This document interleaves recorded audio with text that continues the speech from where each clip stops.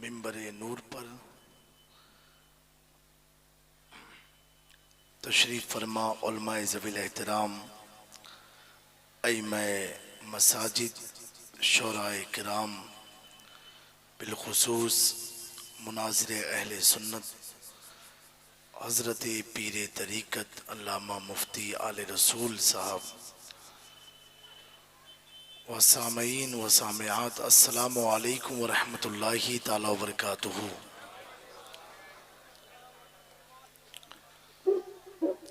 अहमदु रब्बी अल्लाह खैर मालिकिन मुसल्लियन अला रसूलिल मुस्तफ़ा व आलिहिल मुस्तकमिलीन शरफ़ा व सहबिही अजमईन व बाद फ़ाऊज़ु बिल्लाहि मिनश शैतानिर रजीम बिस्मिल्लाहिर रहमानिर रहीम। इन्नल्लज़ीना क़ालू रब्बुनल्लाहु थुम्मा इस्तक़ामू ततनज़्ज़लु अलैहिमुल मलाइका सदक़ल्लाहुल अज़ीम।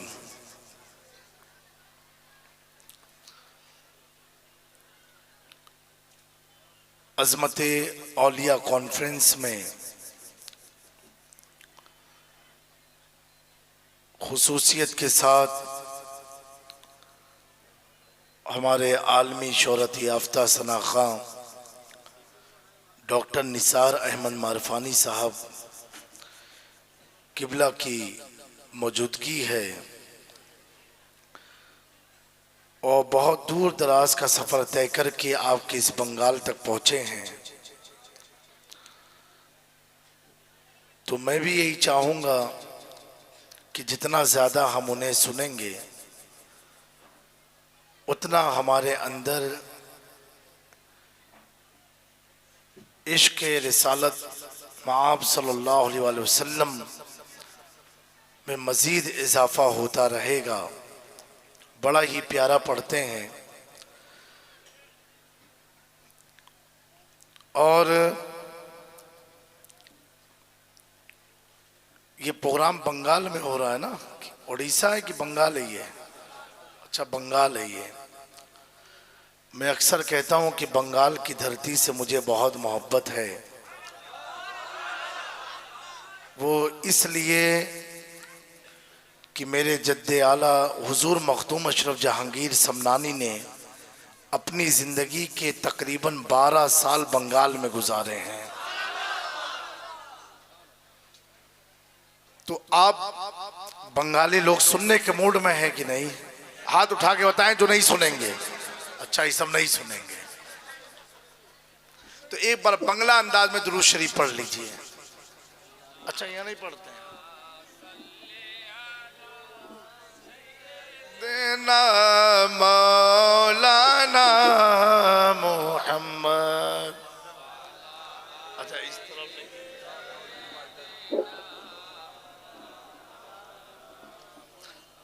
सल्लल्लाहु ताला अलैहि वसल्लम। मेरी आवाज़ से आप समझ सकते होंगे कि बहुत थकान है, क्योंकि अभी उर्स सरकार शाह मीरा ख़त्म हुआ और उसके बाद प्रोग्राम शुरू हो गए, लेकिन फिर भी हज़रत मुनाज़िर अहले सुन्नत का हुक्म है तो चंद अल्फाज आपकी खिदमत में पेश करता हूँ।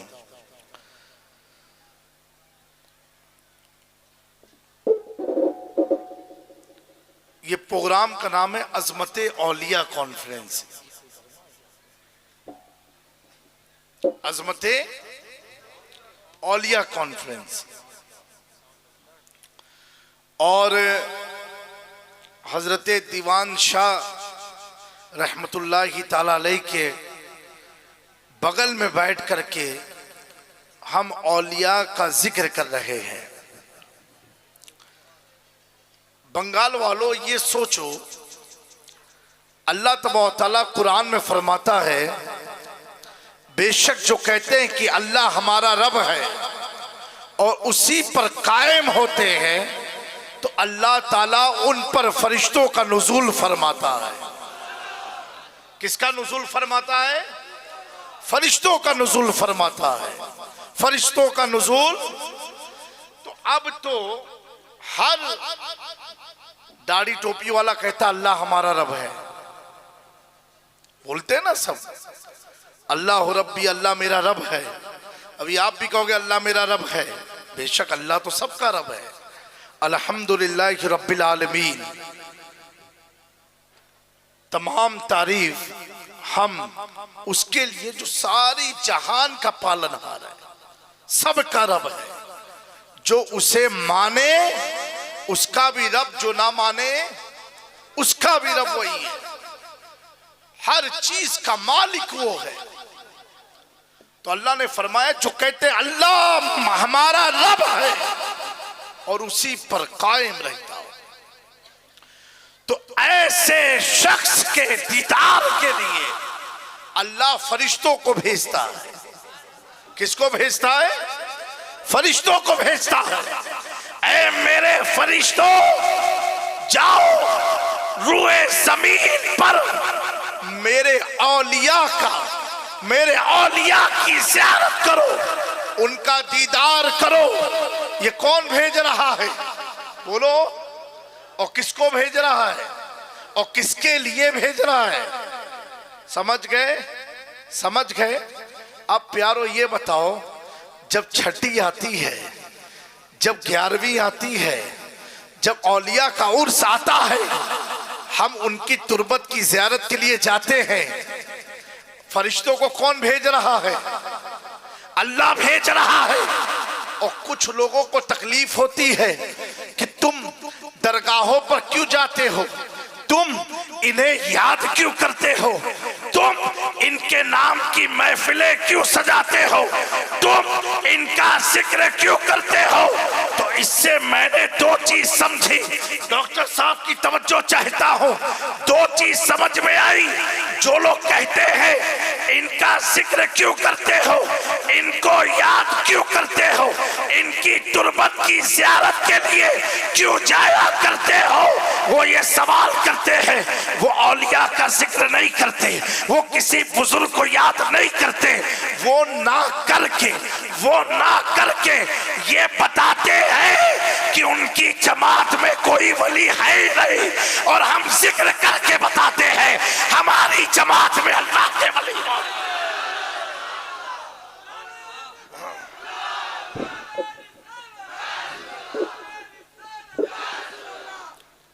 वो ना करके ये बताते हैं।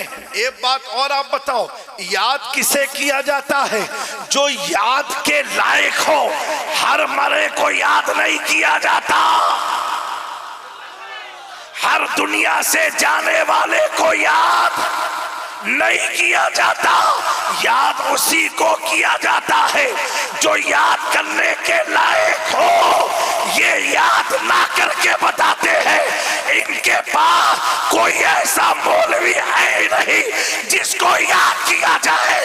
हम याद करके बताते हैं, ले आओ इमाम अहमद रजा की तरह किसी। तो दोस्तों, इनका ना करना, हमारा करना। इनका ना करना और हमारा करना, ये बात। अच्छा, फिर कहते हैं अल्लाह और उसके रसूल की बातें किया करो। तो क्या वली का जिक्र करना अल्लाह की बात नहीं है? क्या रसूल का जिक्र करना, क्या वली का जिक्र करना, क्या रसूल की बात नहीं है? एक बात बताओ, थोड़ा सा मूड बन रहा है, मैं आवाज की फिक्र नहीं कर रहा हूँ, खाली डर लगता है थोड़ा जब तख्त हिलता है ये। हाँ, बड़े बड़े हादसे हो जाते हैं। बहरहाल आले रसूल भी बैठे हुए हैं और अज़मत औलिया कॉन्फ्रेंस है। मैंने खुद को गिरा लिया है वहां, गिरने वाले जहां संभलते हैं। तो मेरे प्यारो, ये क्या बोलते हैं कि ऐसा अल्लाह की बात किया करो। तो क्या वली का जिक्र करना अल्लाह की बात नहीं है? एक बात बताओ, कुरान किसके लिए आया? नबी के लिए आया, तुम लोग के लिए नहीं। वाह भाई, ये तो पहली बार मैं तो सुना हूं। बंगाल में ऐसे भी लोग हैं। कुरान किसके लिए आया? मोमिनों के लिए, ईमान वालों के लिए। और किस पर आया? बोलो मेरे भैया। नहीं, उर्दू समझ में आती है ना आपको? किस पर नाजिल हुआ? हमारे नबी सल्लल्लाहु अलैहि वसल्लम पर नाजिल हुआ। सही बात है ना? कुरान का एक एक हुरूफ मानना जरूरी है। अब एक बात मुझे ये बताओ, कुरान आया हुजूर की उम्मत के लिए, कुरान आया हम गुनहगारों के लिए, कुरान आया अहले ईमान वालों के लिए। जब ये कहते हैं कि अल्लाह की बात करा करो, ये वलियों का जिक्र क्यों करते हो? आले रसूल की दुआ लेकर के अर्ज कर रहा हूं, प्यारो ये कहते हैं कि वलियों का जिक्र क्यों करते हो? मैं इनसे पूछता हूं, कुरान आया हम गुनहगार उम्मत के लिए, कुरान आया हम मुसलमानों के लिए। जब कुरान आया आखिरी नबी की उम्मत के लिए, तो उसमें पैगाम आखिरी नबी के उम्मत के लिए है। अब उस कुरान में अल्लाह तबारक व तआला बनी इस्राइल के वलियों का क्यों जिक्र कर रहा है? उस कुरान में अल्लाह असहाबे कहफ का जिक्र क्यों कर रहा है? पूछो अल्लाह से, ए अल्लाह जब आया उम्मते मोहम्मदी के लिए तो बनी इस्राइल के वलियों का जिक्र क्यों? अरे वली की बात छोड़ो, उन वली से अगर कुत्ता जुड़ जाए तो अल्लाह कुत्ते का जिक्र कुरान में करता है। अब पूछो अल्लाह से, ए अल्लाह आया हमारे लिए, ए अल्लाह आया आका की उम्मत के लिए, आया मोहम्मद रसूलुल्लाह की उम्मत के लिए, तो बनी इस्राइल के वली का जिक्र क्यों है? असहाबे कहफ का जिक्र क्यों है? इतने बेशुमार औलिया का जिक्र क्यों है? सुलेमान अलैहिस्सलाम के तख्त को लाने वाले वली का जिक्र क्यों है? तो पता क्या चला, वली का जिक्र करना ये खुदा की सुन्नत है। वली को याद करना ये खुदा की, इसकी सुन्नत है। तो अभी जो हम काम कर रहे हैं, अल्लाह की सुन्नत की अदायगी कर रहे हैं। किसकी? और दोस्तों,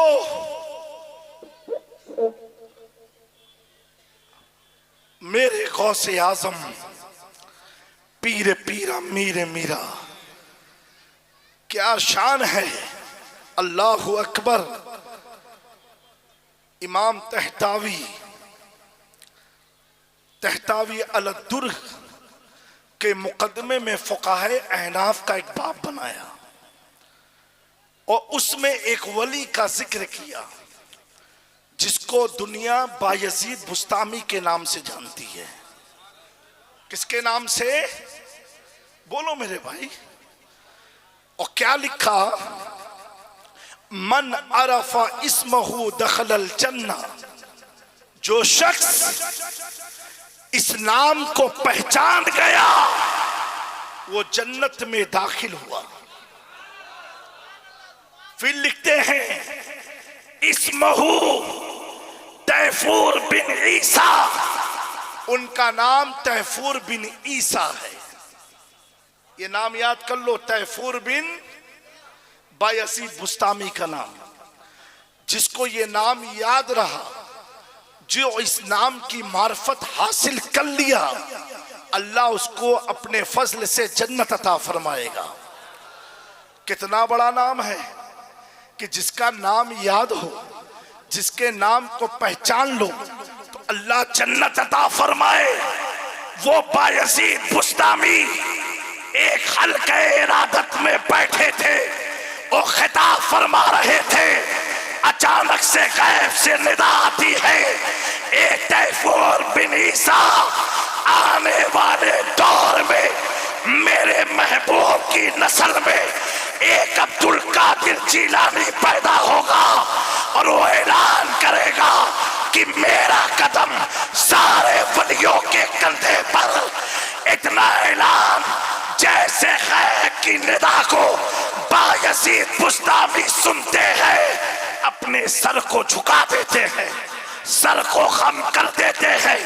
उनके जमाने के कई सौ साल के बाद, अभी गौस पाक पैदा नहीं हुए, गौस पाक दुनिया में आए नहीं, और बायजीद बुस्तामी ने सर को झुका दिया। महफिल खत्म हुई, लोगों ने पूछा हुजूर ऐसा मामला क्या था? तकरीर करते करते आपने अपने सर को झुका दिया। बायजीद बुस्तामी फरमाते हैं मैं बयान कर रहा था, अचानक से गैब से एक आवाज आती है कि मेरे महबूब की नस्ल में एक अब्दुल कादिर पैदा होगा जो ये ऐलान करेगा। तो मैंने उस ऐलान को सुना नहीं, सी हुक्म हुआ, मैंने अपने सर को झुका दिया। अब अंदाजा लगाओ, जिस वली का नाम याद करने से जन्नत मिल जाया करती है, वो वली भी गौसे आजम के सामने ये कहता नजर आ रहा है, ये दिल जिगर ये आंखें ये सर है, जहां चाहो रखो कदम।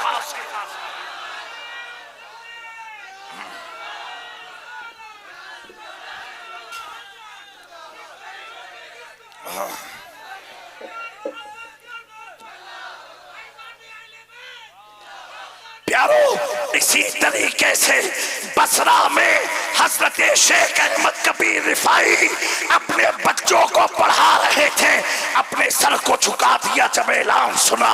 जुनैद बगदादी जुमा का खुतबा दे रहे थे और बीच में ऐलान आया, आपने अपने सर को झुका दिया।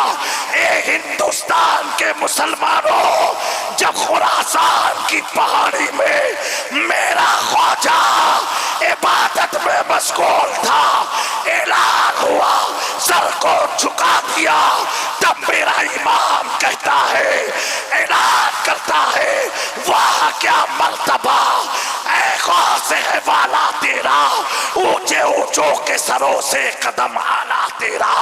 सर भला क्या कोई जाने कि है कैसा तेरा, और या मलते हैं आंखें वो है तलवार तेरा।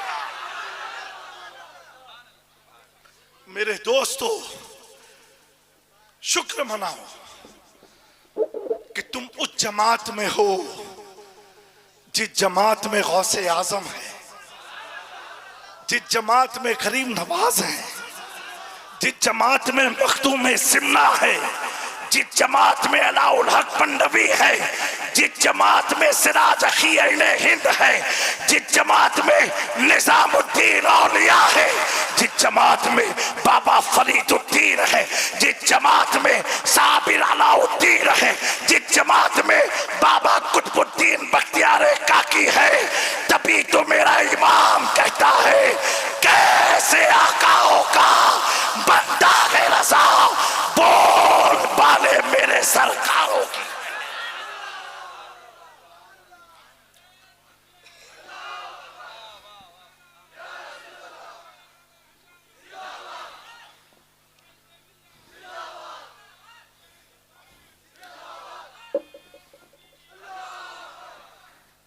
मेरे प्यारों, और जो इस मसलक से हट गया, जिसको हम 24 कहते हैं, क्या कहते हैं? आप स्टेज पर उलमा का चेहरे देखो, चमक रहे कि नहीं? इनका चेहरा देखो, उनका देखो, दाढ़ी ऐसी है कि मक्खी घुस जाए तो मर के बाहर निकले, हम लोग में घुसे मरे तो जिंदा बाहर निकले। सही बात है कि नहीं? नहीं, सच्ची बात है। पैजामा इतना ऊंचा है कि जिसे कपड़े की कमी हो गई हो, कुर्ता इतना लंबा जैसे औरत की मैक्सी पहन ली हो।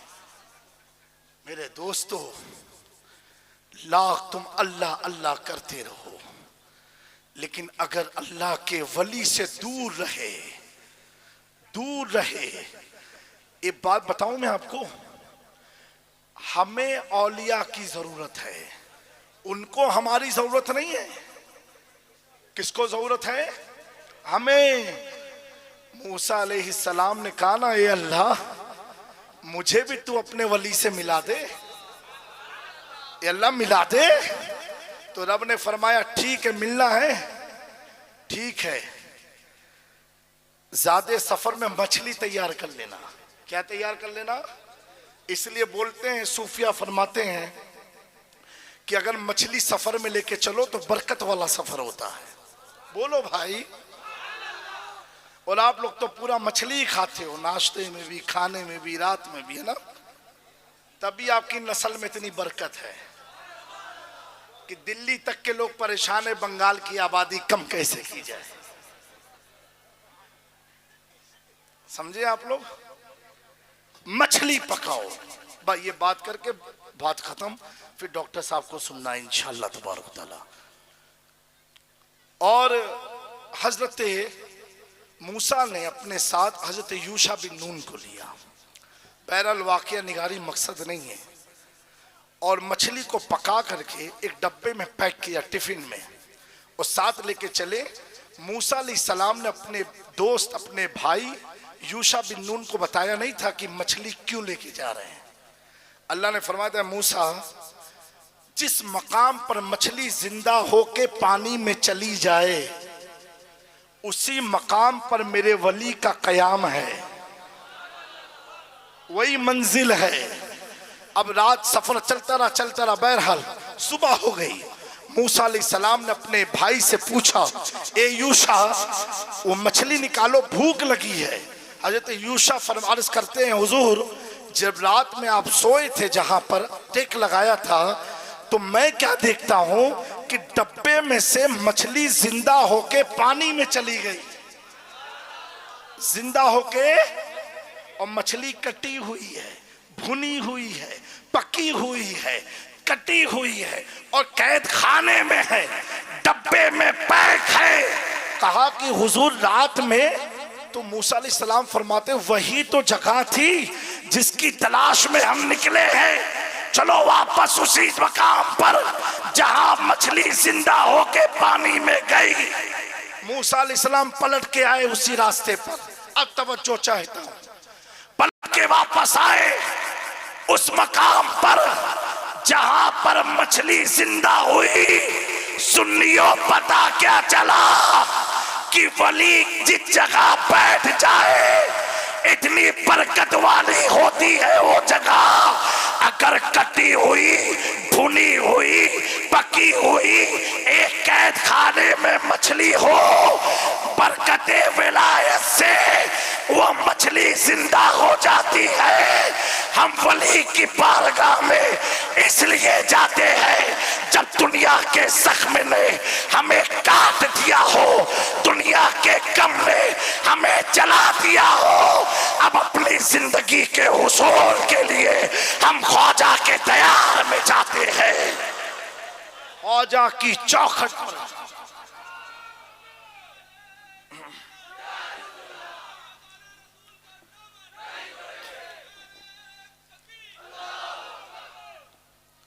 मेरे प्यारो, अल्लाह के वलियों से खूब मोहब्बत करो, उनकी ज़ियारत किया करो। जिसकी ज़ियारत के लिए अल्लाह फरिश्तों को भेजता हो, तो हमें भी जाना चाहिए। जब किसी वली की बारगाह में जाओ तो ये सोचो तुम नहीं गए हो, बल्कि तुम्हारी पढ़ी हुई नमाजें कबूल हुई है, क्योंकि तुमने हर नमाज में कहा है, अल्हम्दुलिल्लाहि रब्बिल आलमीन अर्रहमानिर रहीम मालिकि यौमिद्दीन इय्याका नअबुदु व इय्याका नस्तईन इहदिनस सिरातल मुस्तकीम। हम के बाद आप कहते हो, ए अल्लाह हमें सीधे रास्ते पर चला। ये आला हज़रत का तर्जुमा है। और 24 ने किया, ए अल्लाह सीधा रास्ता दिखा। हमने आला हजरत ने क्या किया, ए अल्लाह चला। उन्होंने कहा, ए अल्लाह दिखा। दिखा तो सुन्नियों अपनी इबादत पर नाज करो। हम जब अजमेर गए समझ गए अल्लाह ने चलाया है, तभी तो चले। हमारी किस्मत में चलना है, उनकी किस्मत में देखना है। हमारी तकदीर में चलना है, उनकी तकदीर में देखना है। देखने से कोई मंजिल पर नहीं पहुंचता, मंजिल पर पहुंचने के लिए चलना जरूरी है। तभी तो मैं कहता हूं, कल क़यामत के दिन हम सुन्नी चल चल के फसले इलाही जन्नत में जाएंगे, वो सुन्नियों को देखते रह जाएंगे। वो देख देख के जहन्नम में जाएंगे। मेरे तुझसे और जन्नत से क्या मतलब, वहां भी दूर हो। हम रसूलुल्लाह के, जन्नत रसूलुल्लाह की। लेकिन प्यारो, जन्नत का सौदा इतना आसान भी नहीं है।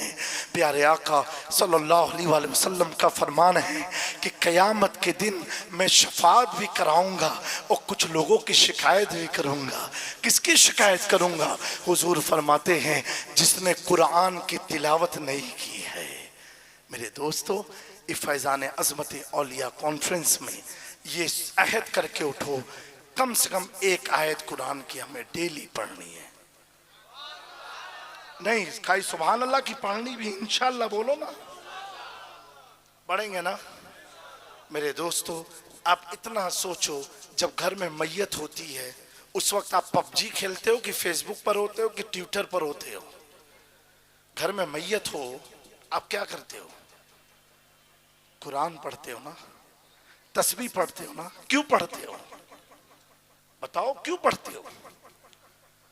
पढ़ते आप हो, आपकी मैयत को सुकून मिलता है। पढ़ते आप हो, उसके आज़ाब में तकफीफ होती है। पढ़ते आप, उसकी कब्र रोशन होती है। पढ़ते आप हो, उसको कब्र में आज़ाब से अल्लाह महफूज फरमा लेता है। तो ऐ नौजवानों, इतना गौर तो करो, जब आपके पढ़े हुए कुरान से मुर्दे को इतना फायदा है तो जिंदे को कितना फायदा मिलता हो। मेरे प्यारो, कुरान सिर्फ इसाले सवाब के लिए नहीं है, कुरान जिंदगी को बदलने वाली एक किताब है। ऐसी किताब है। अल्लाहु अकबर, अल्लाहु अकबर। मेरे गरीब नवाज जो कुरान पढ़ते थे, पूरा एक कुरान ख़त्म करने के बाद वक्फा लेते थे, फिर एक कुरान मुकम्मल ख़त्म करते थे, फिर खैफ करते थे, फिर एक कुरान मुकम्मल एक नशिस्त में 3 पारे नहीं 3 कुरान को ख़त्म फरमाया करते थे। किसी ने पूछा, हुजूर एक कुरान पढ़ने के बाद आप बीच में रुक क्यों जाते हैं, आप बीच में वक्फा क्यों लेते हैं? ख्वाजा गरीब नवाज फरमाते हैं, जब एक कुरान में पढ़ के ख़त्म करता हूँ, अब इंतजार ही करता हूँ कि मेरे रब का कोई जवाब आएगा। जब मेरा रब कहता है, मोइनुद्दीन मैंने तेरे पढ़े कुरान को सुन लिया है, फिर मैं दोबारा कुरान पढ़ना शुरू।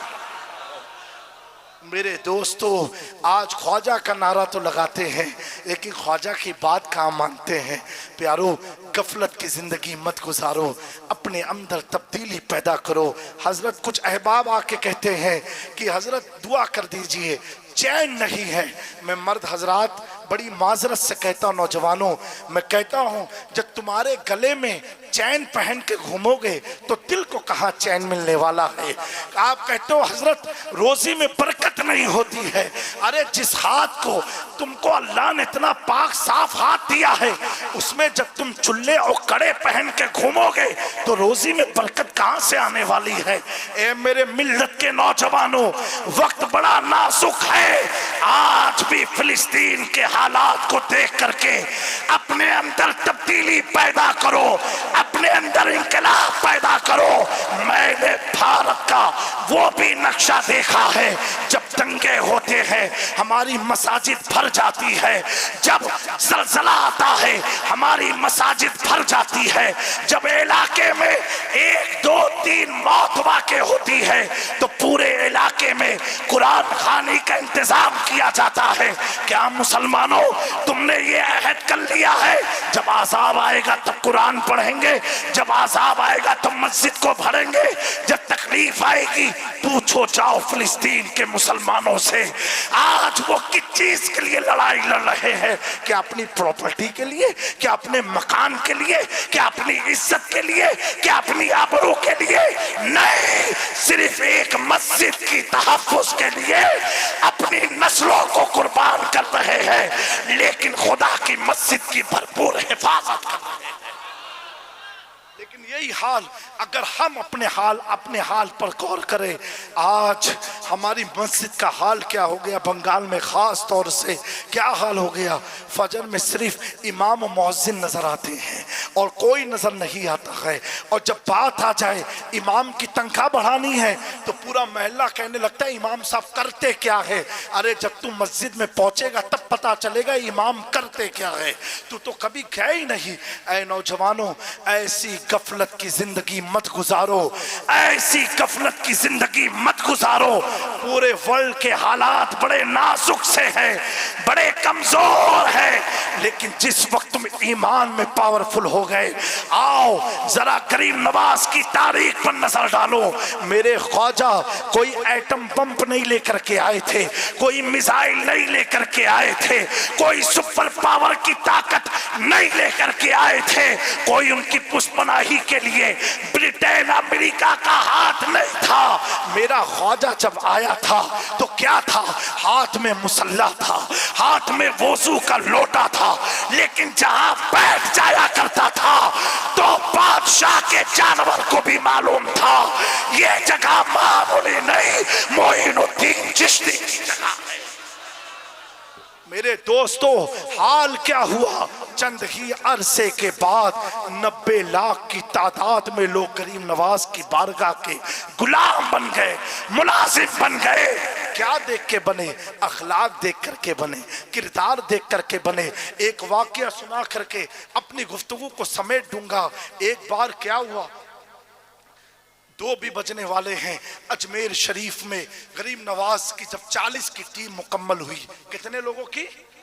40 मुसलमान जब आपके साथ जमा हुए जो आपके हाथ पर ईमान लाए थे, मेरे प्यारों, जब 40 की टीम बन गई तो पृथ्वीराज चौहान की दरबार में एक उसके सिपाही ने कहा, ए वक्त के राजा, अगर तूने ख्वाजा की रफ्तार को नहीं रोका तो एक वक्त आएगा तेरा नामो निशान मिट जाएगा और मोइनुद्दीन की सल्तनत कायम हो जाएगी। कहा ऐसा क्या मामला है? कहा उसने तो पूरे अन्ना सागर को कूजे में समा दिया, पूरे भारत में हलचल मचा दी। कहा क्या चाहते हो? बादशाह कहता है, वो वजीर कहता है, बादशाह मैं ये चाहता हूँ कि गरीब नवाज मोइनुद्दीन को रोका जाए, इसको शहर बदल करा दिया जाए। अगर नहीं रोका गया तो तुम्हारी रियासत का खात्मा हो जाएगा। अल मुख्तसर में अर्ज करके फिर इंशाअल्लाह मारफानी साहब को हमें सुनना है। अल्लाहु अकबर, अल्लाहु अकबर। उस बादशाह को उसने मशवरा दिया, इस वक्त अजमेर में बहुत बड़ा मुनाजिर है, फिर कहे कुफ्र और मुशरिक का बहुत बड़ा मुनाजिर है और वो अपनी जुबान के जादू से मोइनुद्दीन को हरा देगा और हमारी रियासत वापस से कायम हो जाएगी। अल्लाहु अकबर। ये बात ख्वाजा गरीब नवाज तक पहुंची कि गरीब नवाज तक पहुंची कि पृथ्वीराज चौहान चाहता है तुमसे एक मुनाजरा कराने को। मेरे गरीब नवाज ने फरमाया, मैं एक फ़कीर सा आदमी हूँ, मैं तो अजनबी हूँ, मैं तो फारस की धरती से आया हूँ, मुझ फ़कीर से मुनाजरा करने से क्या फ़ायदा है? कहा नहीं नहीं, मुनाजरा तुमसे कराया जाएगा। बहरहाल उस जमाने का सबसे बड़ा पंडित जिसे रामदेव कहा जाता था, आज भी हमारे भारत का कोई है, बहरहाल उसको मुनाजरे के लिए चुना गया। एक मैदान तैयार हुआ, उनकी तरफ से रामदेव बैठा, यहाँ से ख्वाजा गरीब नवाज बैठे और बैठने के बाद मुनाजरा जब शुरू होता है वो गरीब नवाज पर अटैक करता है, वहदानियत की दलील पूछता है, रिसालत के बारे में पूछता है। हर सवाल में मेरे ख्वाजा गरीब नवाज जवाब नहीं दे रहे हैं, सिर्फ मुस्कुरा रहे हैं, सिर्फ मुस्कुरा रहे हैं। आखिर में वो साधु गुस्से में नाराज हो गया। कहा मोइनुद्दीन, जब तुझे किसी सवाल का जवाब नहीं आता था तो तू मुनाजरा तय क्यों किया? मेरे ख्वाजा अब भी मुस्कुरा रहे हैं। अब वो ख्वाजा को गाली बकने लगा, ख्वाजा के माँ बाप को गाली बकने लगा, महफिल के माहौल को खराब करने लगा। फिर भी मेरे ख्वाजा मुस्कुरा रहे हैं, कोई जवाब नहीं दे रहे हैं। आखिर में वो कहता है, ठीक है मैं चलता हूँ मैदान मुनाजरा से, लेकिन एक सवाल का जवाब तू मुझे दे दे कि इतना सारा मैंने तुझे, तेरे माबूद को, तेरे दीन को गाली बकी, तबर्रा किया, बुरा भला कहा, ए मोइनुद्दीन क्या तेरी गैरत जोश में आई? मेरे ख्वाजा अब जवाब दे रहे हैं। मेरे ख्वाजा फरमाते हैं, सुन सुन, तू तो क्या क्या बोला मैंने सब सुना, लेकिन मैं मुस्कुरा इसलिए रहा था क्योंकि तेरी पेशानी पर, मैं तेरी पेशानी पर ईमान की रोशनी देख रहा हूँ, ईमान की रोशनी देख रहा हूँ। बाबा कुतुबुद्दीन बख्तियार काकी फरमाते हैं, मेरे ख्वाजा का इतना कहना था, वो रामदेव गरीब नवाज के कदमों में आकर के मुझे मैं मुजरिम हुआ का मुझे साथ ले लो कि रास्ते में है जा बजा थाने वाले। मेरे दोस्तों, मेरे प्यारों, ख्वाजा से मोहब्बत करने वालों, वक्त बड़ा नाजुक है, अपने आप को संभाल लो। मेरी माँ बहनों, आप भी नमाज की पाबंदी करो, तिलावत कुरान करो। कम से कम एक बार कुरान को खोल करके, पढ़ना नहीं आता तो ये बोलना भी बड़ा अफसोस है, लेकिन कम से कम उंगली घुमा लिया करो। प्यारे आका ने फरमाया, तीन चीज को देखना इबादत है। एक काबे को देखना इबादत, एक माँ के चेहरे को देखना इबादत, एक कुरान को देखना इबादत। मेरे प्यारों, जिंदगी में कुरान को अपने हाथ की जीनत बना लो। ये हाथ कभी दुनियादार के दरवाजे पर नहीं उठेगा। अल्लाह तुम्हारे हाथ की हिफाजत फरमाएगा, तुम्हारे घर की हिफाजत फरमाएगा। और मैं कहना चाहता हूँ माँ बाप से कि अपने बच्चे बच्चियों की वही तरबियत दो। दुनिया आगे बढ़ रही है, आगे नहीं बढ़ रही है, दुनिया क़यामत के करीब बढ़ रही है, क़यामत के पास जा रही है। अपने बच्चों की पर निगरानी रखो, उनके दिल में उलमा की, सादात की मोहब्बत पैदा करो, उन्हें मस्जिद की तरफ भेजा करो, नमाज जुमा के लिए, पांचों वक्त की नमाज के लिए इसका तुम आदी बना दो। इंशाअल्लाह तबारक व तआला जब तुम दुनिया में नहीं रहोगे, जब यही बच्चे आदत के मुताबिक हय्या अलस सलाह की सदा पर घर से निकल के मस्जिद की तरफ जाएंगे, अल्लाह तुझे तेरी कब्र में सुकून अता फरमाएगा, करार अता फरमाएगा, आज़ाब से तेरी कब्र को नजात अता फरमाएगा। अस्तगफिरुल्लाह रब्बी मिन कुल्लि ज़म्बि व अतूबु इलैहि व मा अलैना इल्लल बलाग। अस्सलामु अलैकुम व रहमतुल्लाहि तआला व बरकातहू।